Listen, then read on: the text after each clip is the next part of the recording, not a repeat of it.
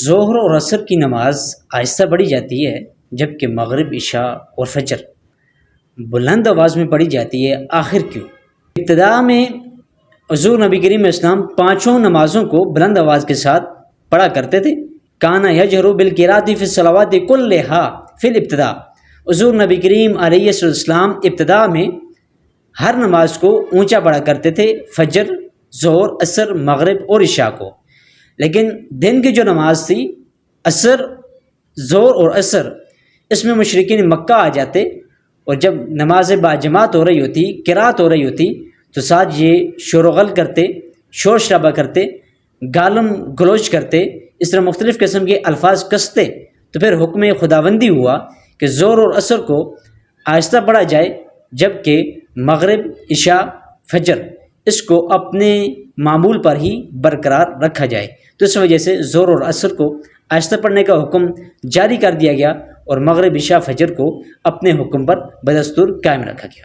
یہاں پر ایک اور بات پوچھی جاتی ہے کہ جمعہ اور عیدین کی نماز بھی تو دن میں آتی ہیں، تو ان کو کیوں آہستہ نہیں پڑھا جاتا ظہر اور عصر کی طرح؟ تو جواب یہ ہے کہ نماز کی جو اصل تھی، یا نبی کریم علیہ السلام جو نماز پڑھا کرتے تھے، پڑھایا کرتے تھے ابتدا میں، وہ اصل تھی قرات، جہری، بلند آواز کے ساتھ۔ لیکن عصر اور ظہر کی ممانعت ہوئی کہ آپ نے ان کو جہری انداز کے ساتھ آپ نے جماعت نہیں کرانی، تو جمعہ اور عیدین کا تو وہاں پہ ذکر نہیں۔ پھر دوسری بات یہ ہے کہ جمعہ اور عیدین کی جو فرضیت اور وجوب ہے، یہ مکی زندگی میں نہیں بلکہ مدنی زندگی میں ہوا ہے۔ تو یہ فرض اور واجب ہی جو ہے مدنی زندگی میں ہوئے، تو لہٰذا وہاں پہ تو مسلمانوں کا عروج تھا اور مسلمانوں کی کثرت تھی، اور ایسا واقعہ بھی رونما نہیں ہوا، اور نہ ہی ایسا واقعہ رونما ہو سکتا تھا جیسے مکی زندگی میں ہوا ظہر اور عصر میں۔